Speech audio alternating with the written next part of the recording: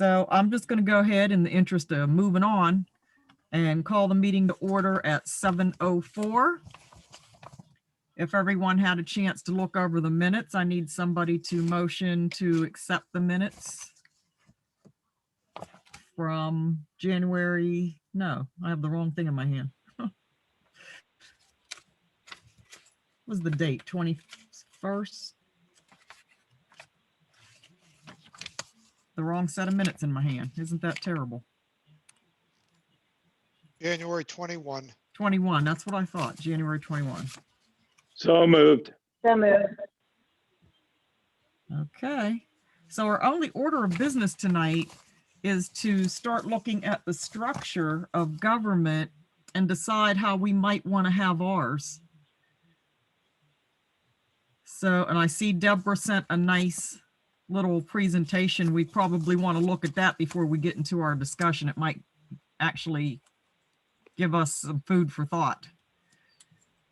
Yeah, I put that together a while ago, actually when we were working in Newcastle, because we had interviewed a number of communities, and thought it was kind of helpful just to sort of organize, get an idea in your mind of the different ways that it could be organized. So I think, can I share the screen, Bethany? If Let me it's not letting you, let me know. Okay, let me see if I can do it now. All right. Can you see it now? Yes. Okay. I can, yeah. Okay. So these are just a couple of models. Obviously not all of the models that you could consider, but these are ones that basically focus on a council, mayor, manager format. So the first one, this is what I call the Johnstown model, is so the mayor is elected independently, but the mayor is a member of council, similar to what you have now. The mayor runs the meetings, but actually sits as a member of council. Now in Johnstown, they actually had 9 council members, but now they're down to 7, and the mayor is part of the council. The council then appoints the manager, the solicitor, the engineer, and boards and commissions. And then the manager oversees all the departments. So it's similar to what you the way that you currently operate. The manager oversees the finance department, police department, fire department, public works, community development. That's generally also the Clarendon city model. There's some feedback going on. Somebody not muted. Okay. As I was saying, that's also very closely aligns.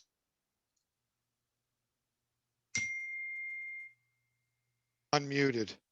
Yeah. As I was go ahead. saying, that's also closely aligns with the city of Clareton model as well.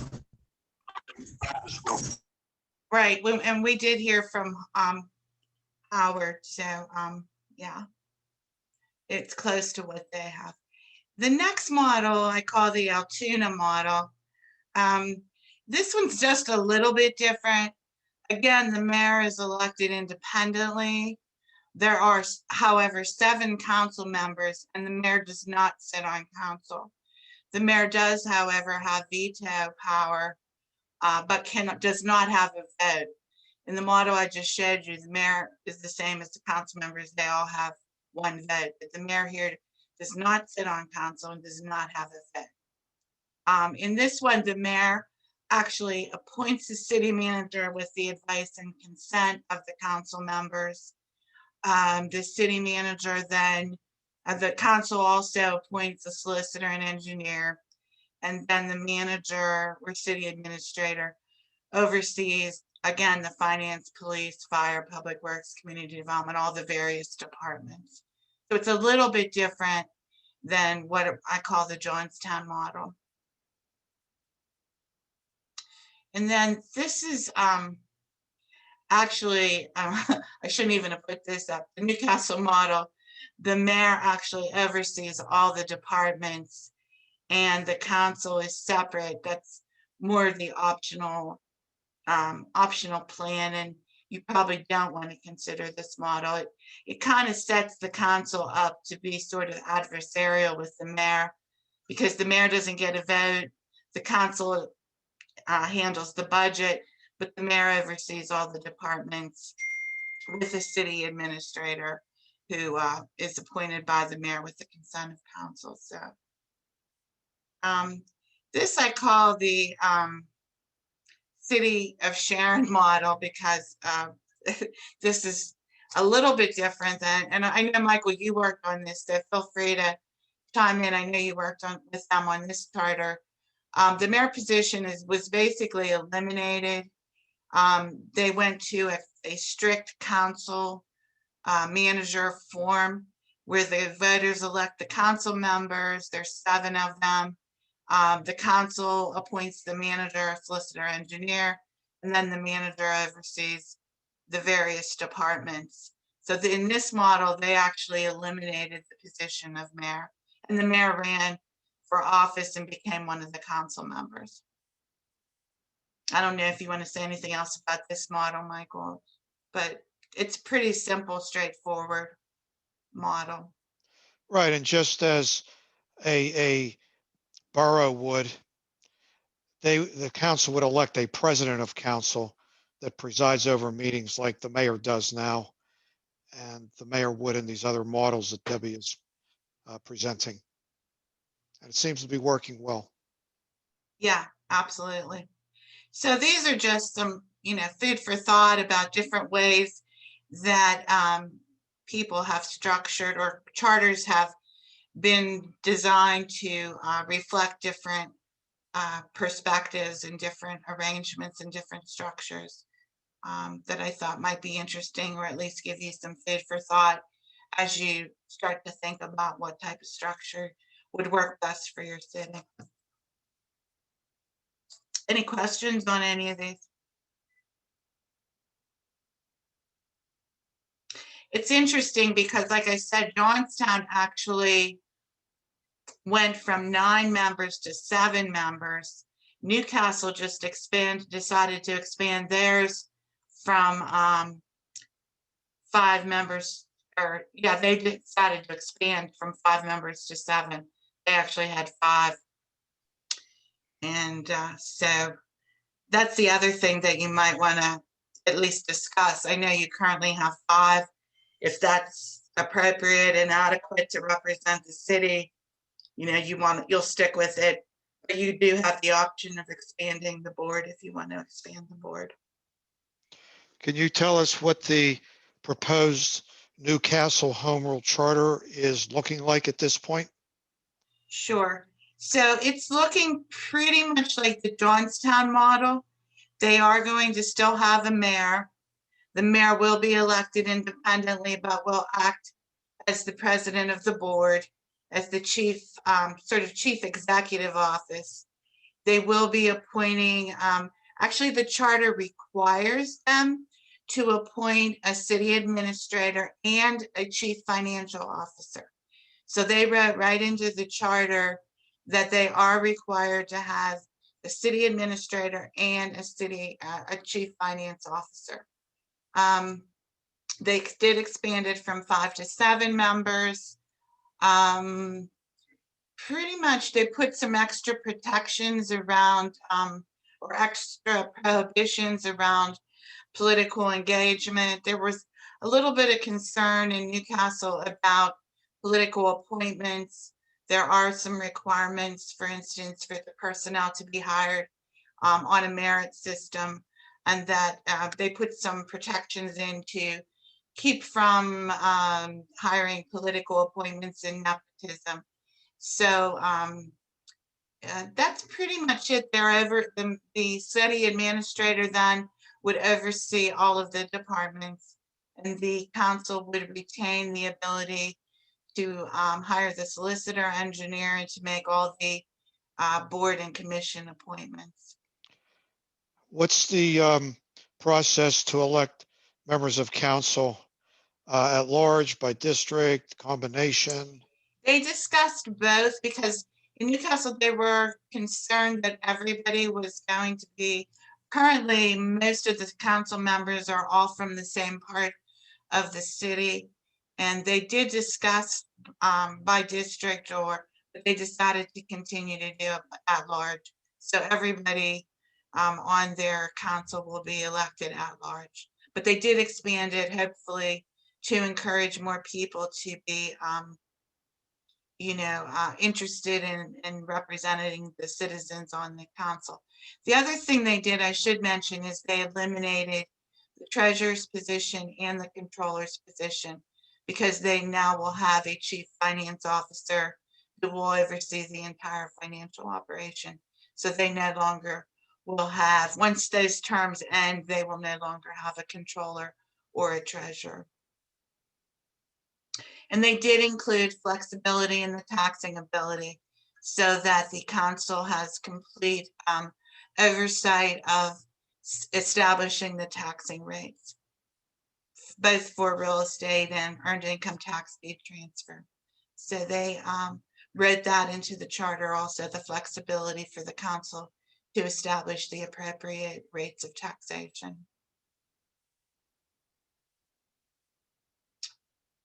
And that goes, actually, it's just now being prepared for public comment and delivery to the Board of Election. So they are at the end of their process pretty much, except It'll for be public. a May referendum question. Correct. And they'll use the next couple months to educate the public. They had a radio interview. They're conducting public hearings. They have flyers that are going out and emails to and website to deliver information about the proposed charter. So it's going to get a little intense over the next couple of months. Any other questions? I'll take it off the screen if there's no other comments, questions.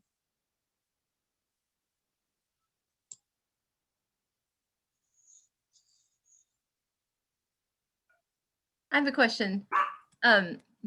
Deborah, in your experience with these charters, you mentioned a couple of things, but which ones have worked out better and have caused fewer problems in the future?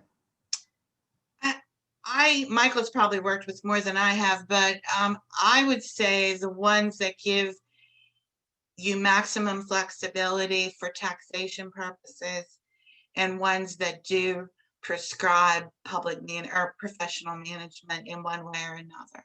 I think those two elements are probably the most important elements that I've seen. And Michael, you probably have some thoughts on that also.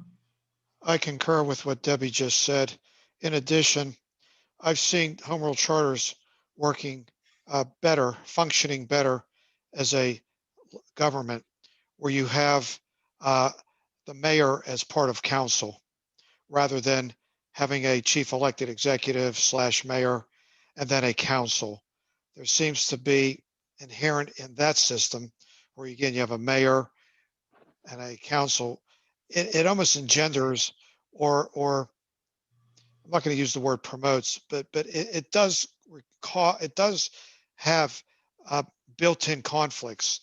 Now, some may say, well, that's separation of powers, and that's checks and balances.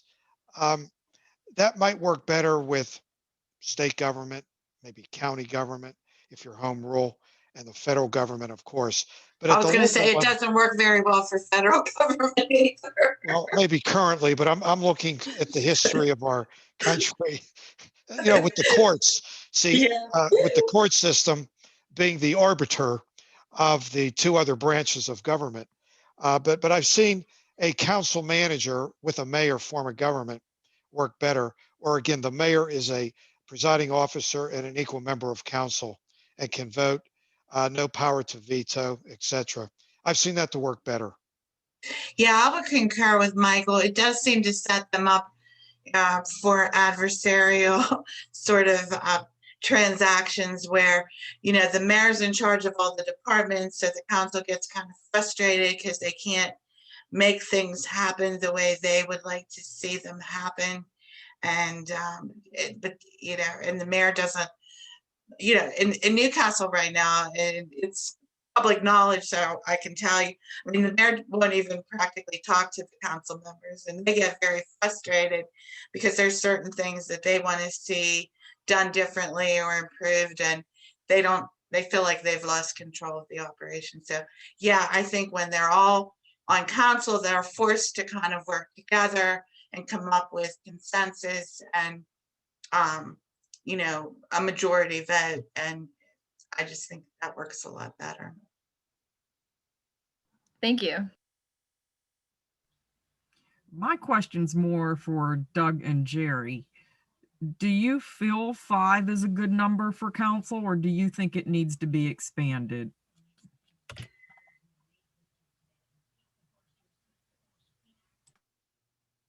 I think 5's a good number for the size of the city. I'm wrestling back and forth with the ward idea, and I'm less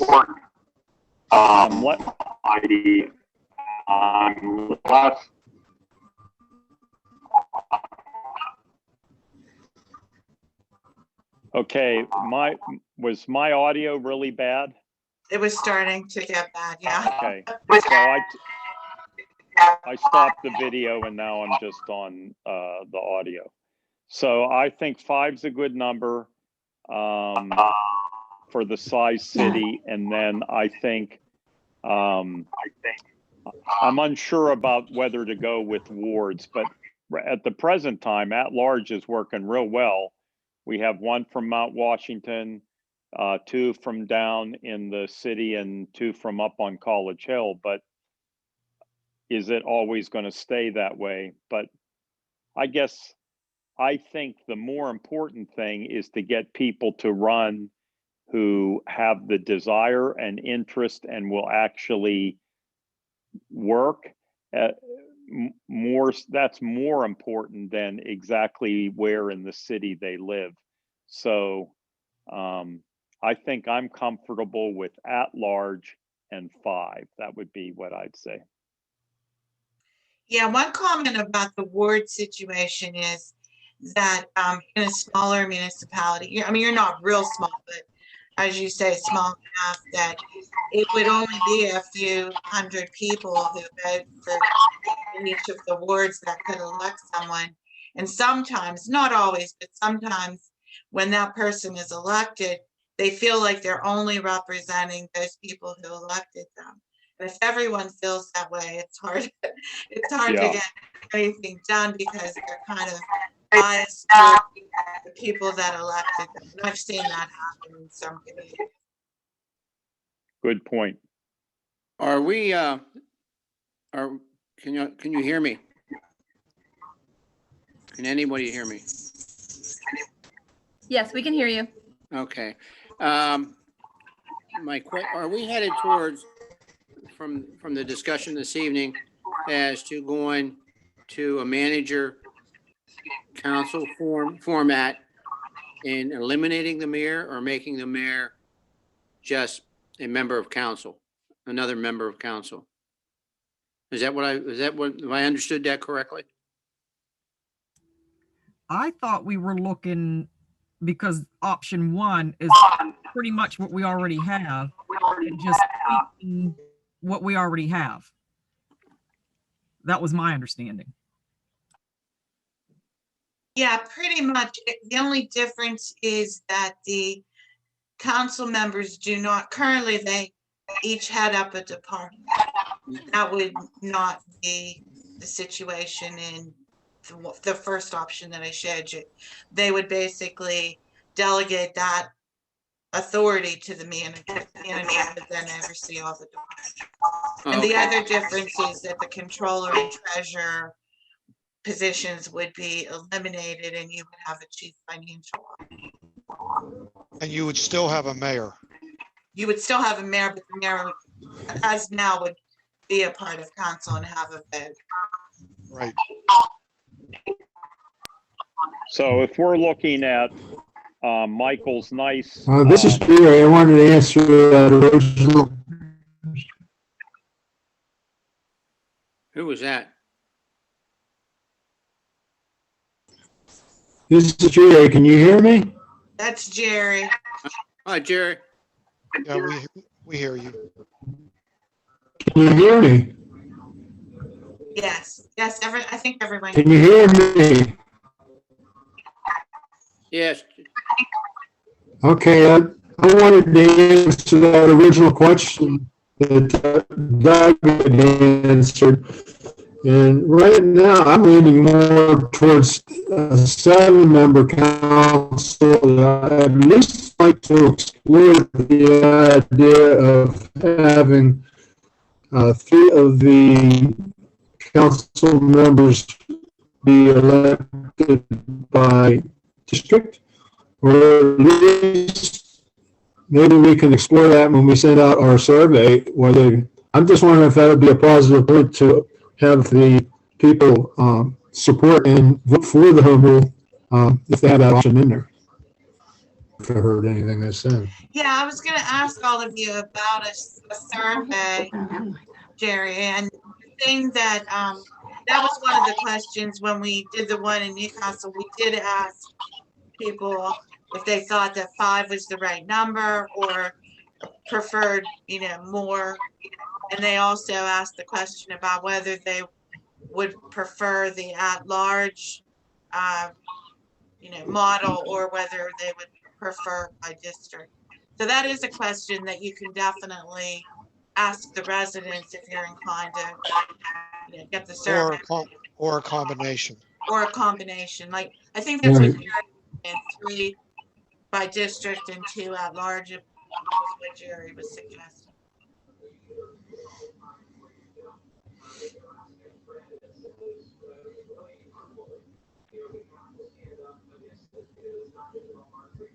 Awesome.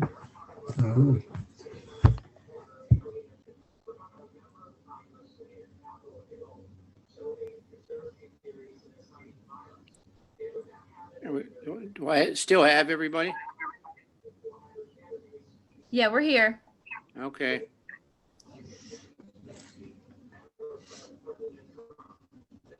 I think we're busy writing copious notes here.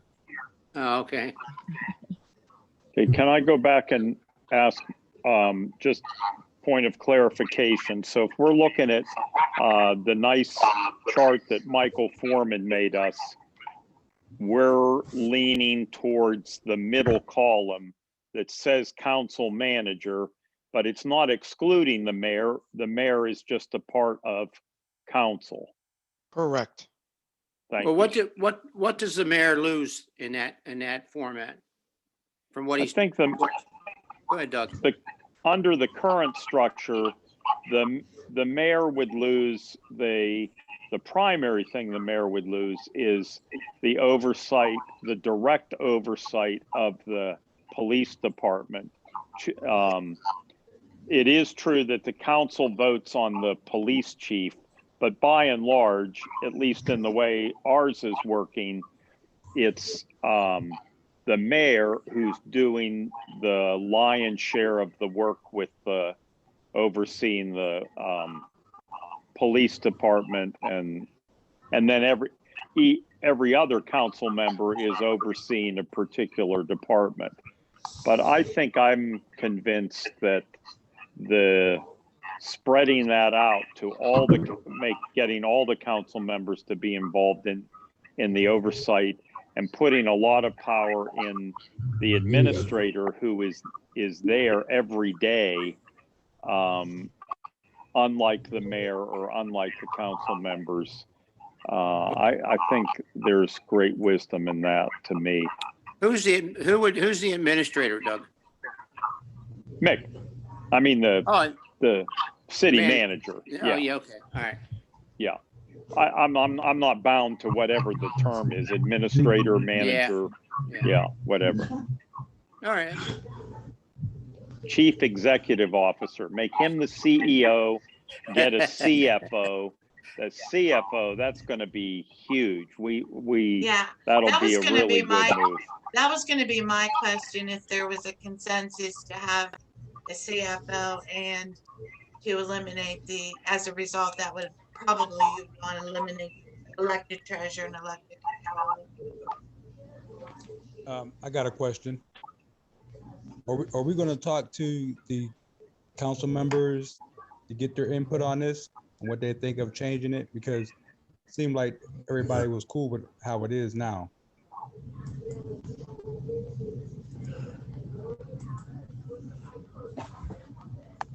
Well, my opinion, I was gonna so say, my, sorry. We could ask them if they could join our next meeting and give their input, as many members that can attend.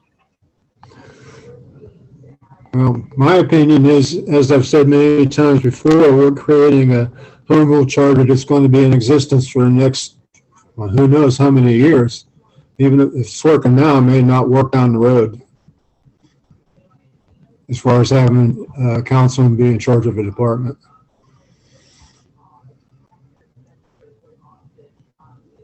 I just think it'd be a good idea to get them all together and just get everybody's input. When's the next council meeting? Third Thursday. Oh, sorry, that's our meeting. When's the Next The next council meeting is this coming Tuesday, and then 2 weeks later is the second one. I think we've asked for input. I think what we have to do is decide amongst ourselves what exactly is the direction. We don't want to invite their comment right now, because we're still batting this stuff around ourselves. So I think we need to build consensus ourselves and then say, this is the direction we're going to go, and we want to give you the opportunity to comment on that. And again, we walk a fine line, and look who's talking, the only council member, but the council wants us to be, the city council wants us to be an independent group. So I don't disagree that we should get their input and allow comment, but I don't think we want to be perceived as the group that we say, okay, what does the council want us to do? And then that's what we're going to write into the home rule charter. I think we want to be seen as an independent body, and I think we have been. I think that's good. I think we just want to keep doing that. But I think before we ask the council members what they think, we should have something that we're presenting to them. This is what we think. This is the direction we're going to go, and then allow for feedback. Doug, I think that's a wise approach, because you're right. I think that there needs to be something for them to react to. So if you lay out what your preference is for number of council, for structure, for how they're, elected, the manager duties, when you have it more fully fleshed out, then I think you have a joint meeting and you say, okay, this is what we're going to propose, and give them an opportunity to react. I think that's a really good approach.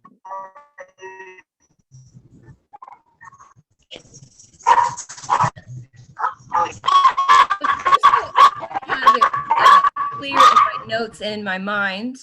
When we're talking about structure, I have a list that I've written of things that we need to decide. Can you, Michael Endeavor, help me make sure that I have this list? This might help us also as we're going forward. So far, I have how many councils, how they're elected, what the mayor's function is, especially compared to council and the city manager, and who runs the departments. Is there anything else, just structure, not financial? Is there anything else structural that we need to be deciding?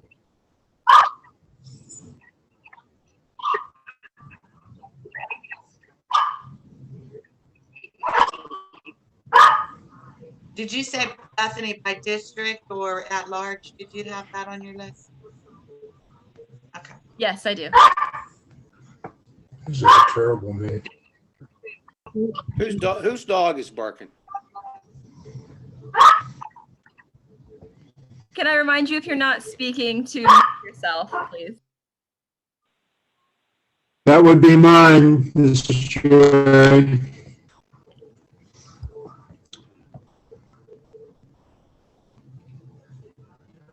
So did I hear a consensus about, I hate to keep bringing it up, did we hear a consensus about the treasurer and controller? Or is that something for discussion? I think we all agree we need a CFO. That's agreed. We were Right. just debating on, do we want to eliminate anyone? So that's still an open question. Yeah, should this CFO just oversee the treasurer and controller and leave them intact, or do we eliminate? We have to just come to the eliminate consensus. Mr. Chair, my thought is we should eliminate the election of the treasurer and eliminate the election of the city controller. My only thought, as I suggested at our last meeting, that I think a city controller is needed, but it can be appointed by council. And the city controller is like an internal auditor. It'd be like a third person overseeing the issuing of checks.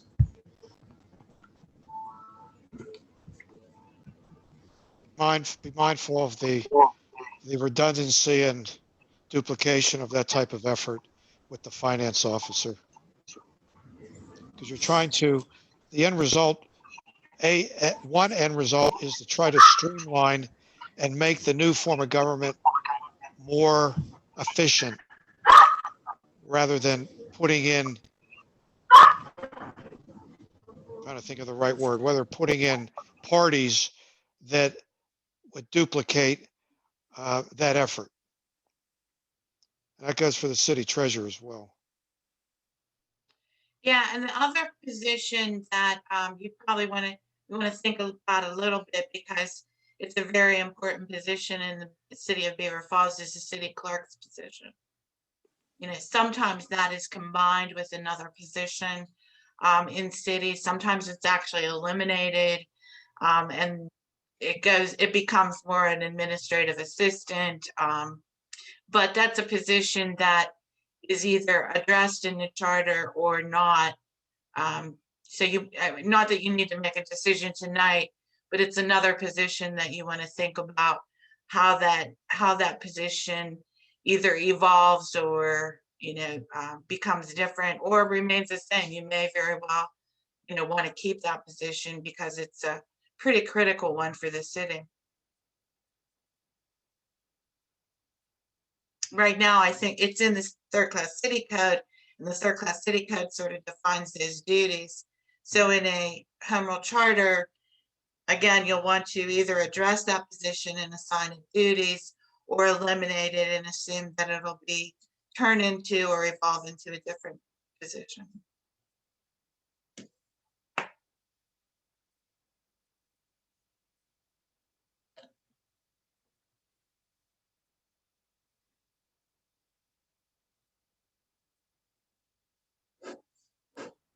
Doug, and whoever else, would there be, I know you've said that you think 5 counselors is good.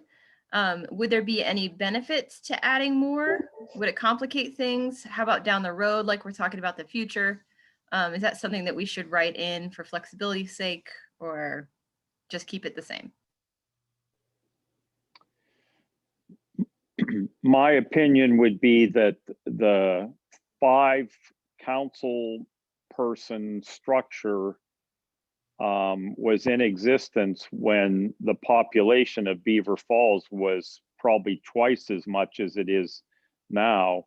And so with the decline in population, it seems to me that 5 would work. And I don't feel strongly, although what Debbie just said about the at-large things, I think that would happen. I think the voting base of some of the districts, and I'm also very concerned about how we would set that up. We'd have to draw district lines because it wouldn't match well with wards, and I think it would get very, very complicated. And you have to, after every census, you have to look at the Oh, I know, population and redo it, reallocate. right. What, No, why wouldn't wards, doing it by wards work?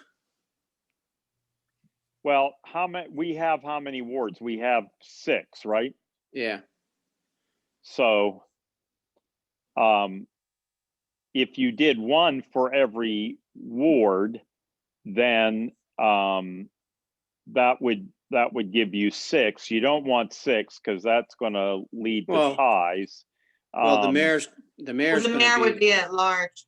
That's it- true. So then that would be your 7. So you could do it, you could do it that way.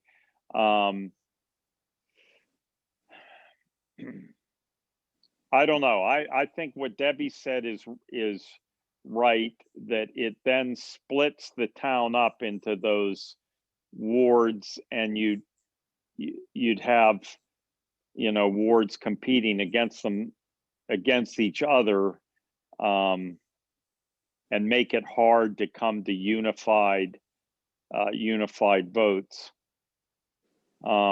So I'd be a little nervous about that. Now, what we talked about was doing, putting like Ward 1 and Ward 2 together and having one representative for that, and then, the same. So that would give 3 members if each of those 3 members represented 2 wards, and then would still give you the opportunity for, depending upon your numbers, but even with 5, you'd have at least 2 at large, or if you had 7, you'd have 4 at large members.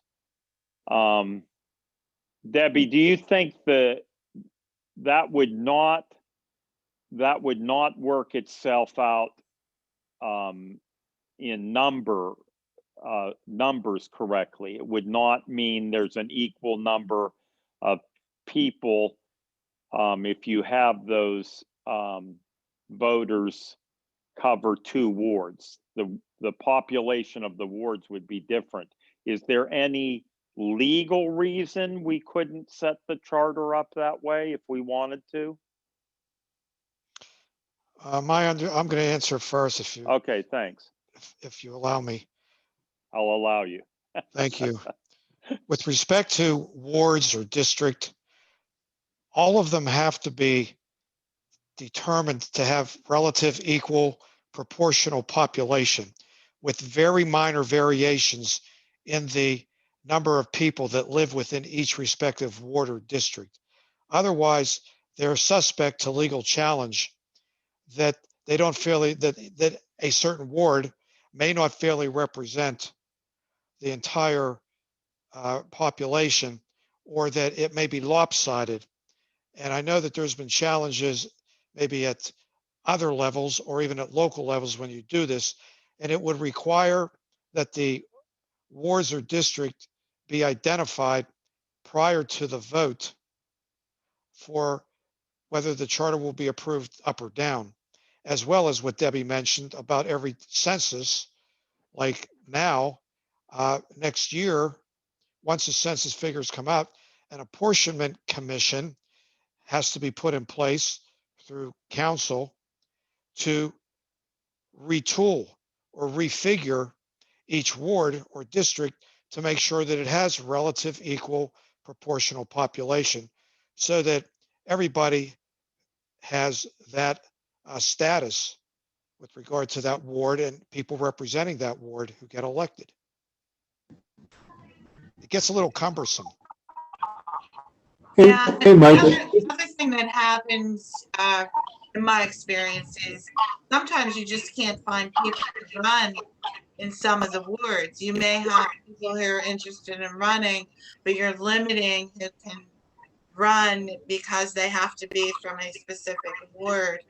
I've also sat at meetings where, there have been arguments about, well, we need to do some roads in my ward and no, we need to do this in my ward. And all of a sudden, you're competing for resources when maybe the best decisions are not being made. So I guess I'm a little bit biased against it just because I've seen it in action and it's not always a good solution for decision making.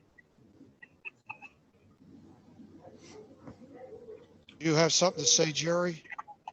Oh, yeah, I'm just wondering, like, we have a lot of boroughs in our area, and I don't recall ever them reestablishing wards for voting, and I think all their council members are voted by ward. I asked the question for clarification. Is city council elected at large or by ward? And I thought it was at large. So the wards that you're referring to, maybe they're really voting precincts, right? And Yeah, I guess so. that's different than being elected on city council to represent a ward or a district. That's correct. I mean, I think, and I wish we had a good historian here, because I think there are different wards. I think there's a map that has ward lines drawn out, and then there's the second wards, which we're more familiar with, which are exactly what you described, voting precincts. It's where it's the structure for voting. But I do think there is an actual that's slightly different ward map. I think it might actually have 7 wards in the city, but It's on- nothing. It's on the wall in the code office. Yeah. Is it 7, Michael? I think so, yes. Now that I'm thinking of, Are you aware of anything that operates in the city based on those 7 wards? I don't think so. no. Right. The only Okay, thing, thanks. Howard, the only thing we used it for in the code office was for code officers and what jurisdictions they would follow. Yeah. And it's the county that establishes voting precincts where they're located. And they may not have relative proportional equal population. It could just be maybe more out of logistics and convenience and facilities to actually house where people vote. Again, it's a county election office function.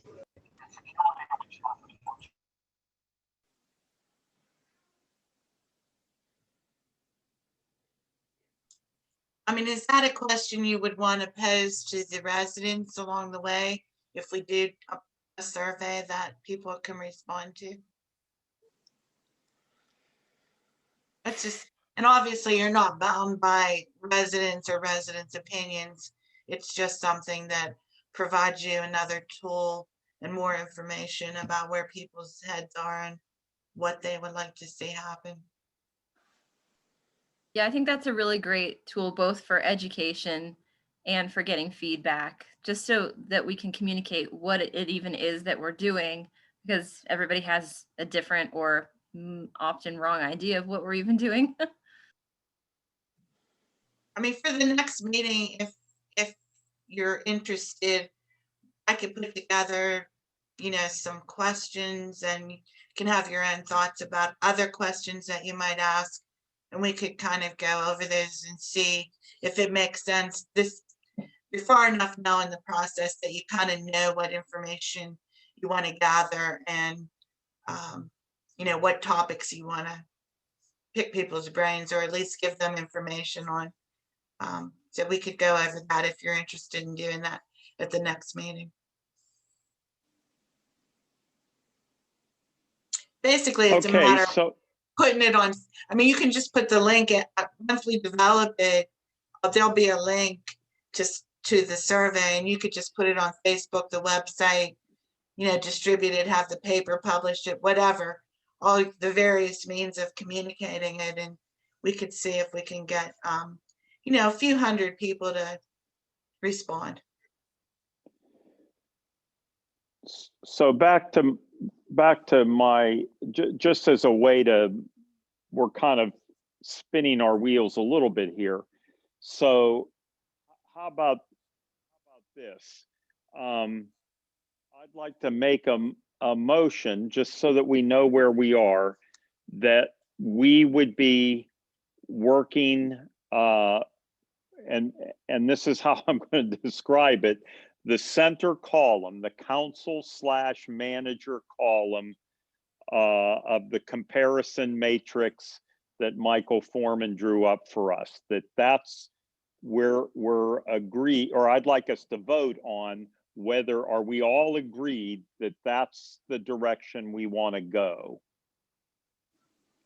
And then once we decide that, if we decide to go that way, as you go down in that matrix, there are lots of the boxes that have questions that we need to determine. And so Bethany said she's writing a list of questions. Debbie, you said you would be willing to draw up some questions, and there are questions, just as you look down those boxes, there are things in there where we have to decide one way or the other. For the next meeting, let's just try to get a list of those, and it would be nice if we had the list maybe the day before we met, and we just started to work our way down. Okay, now that we're in this area, what are we going to decide on this, on this, on this, and this, and start to flesh out the framework a bit more. I'll But second my the motion. Thank you. Okay.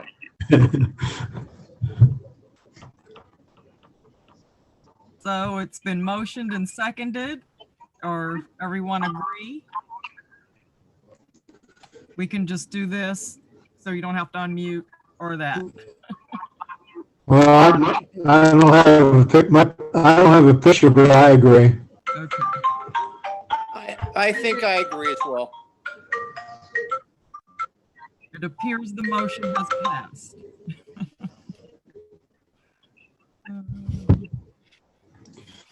Good suggestion, Doug. Thanks. Thanks. Well, thanks. So, Hopefully everyone does have a hard copy of that matrix printed out. yeah. Debbie, you're working for us now, right? Officially? Well, technically, it's not officially until the city and my department and one or two other state agencies signed the grant contract. And hopefully that'll be consummated within the next few weeks. I'll let you know when it's officially an executed contract that Debbie can officially get on board.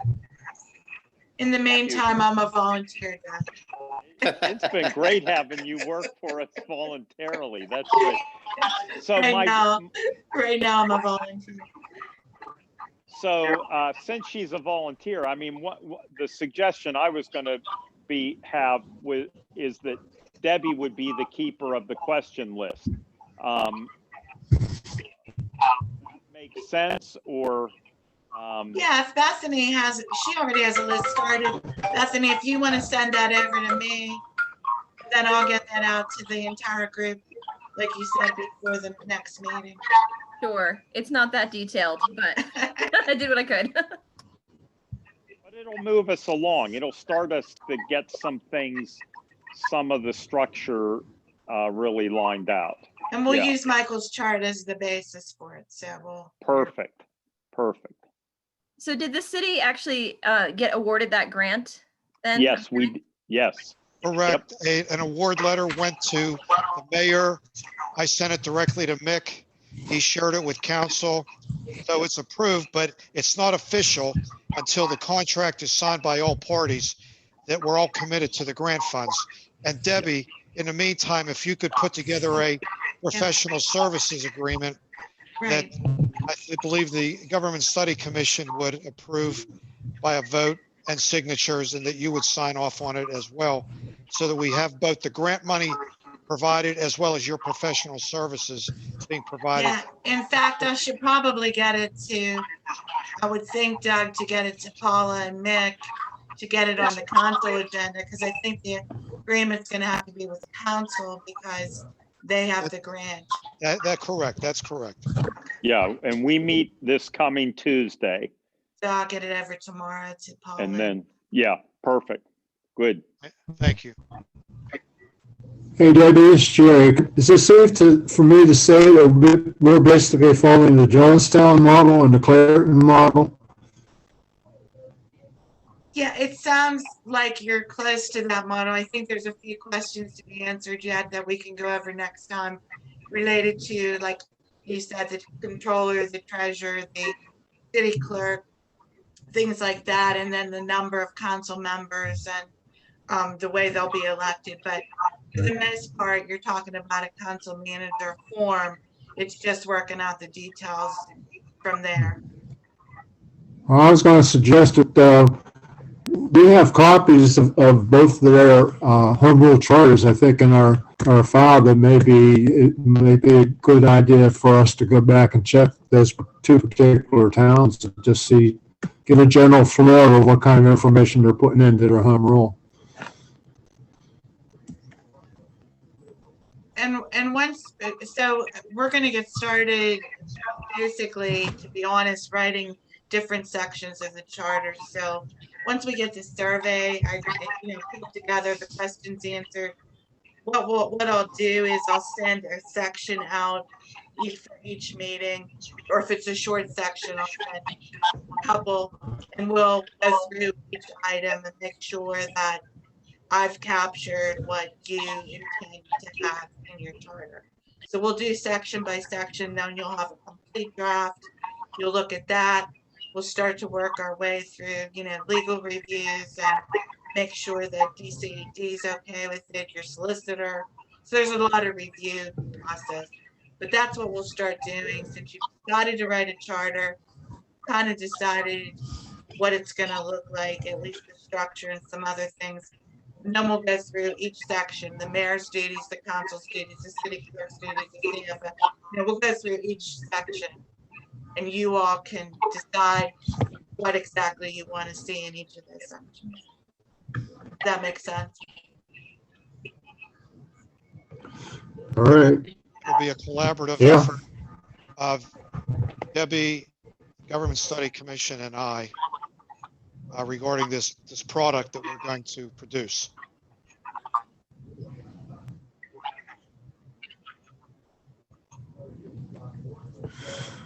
I should mention Okay. too that there's an attorney, a municipal attorney who's on my team who will also be able to sort of work with us to make sure that, we're not doing anything that is inappropriate or illegal. But I did put a municipal attorney on my team to work with you. So if we have any questions moving forward about what you can legally do or not legally do, or that need some research, she'll be able to do that too. Do we have to, our city solicitor? Ultimately, it will go to the city solicitor for that review too. Right, once But that'll it's be once it's in a draft form. correct, Okay, before it goes to the county election office. Right. all right. Thank you.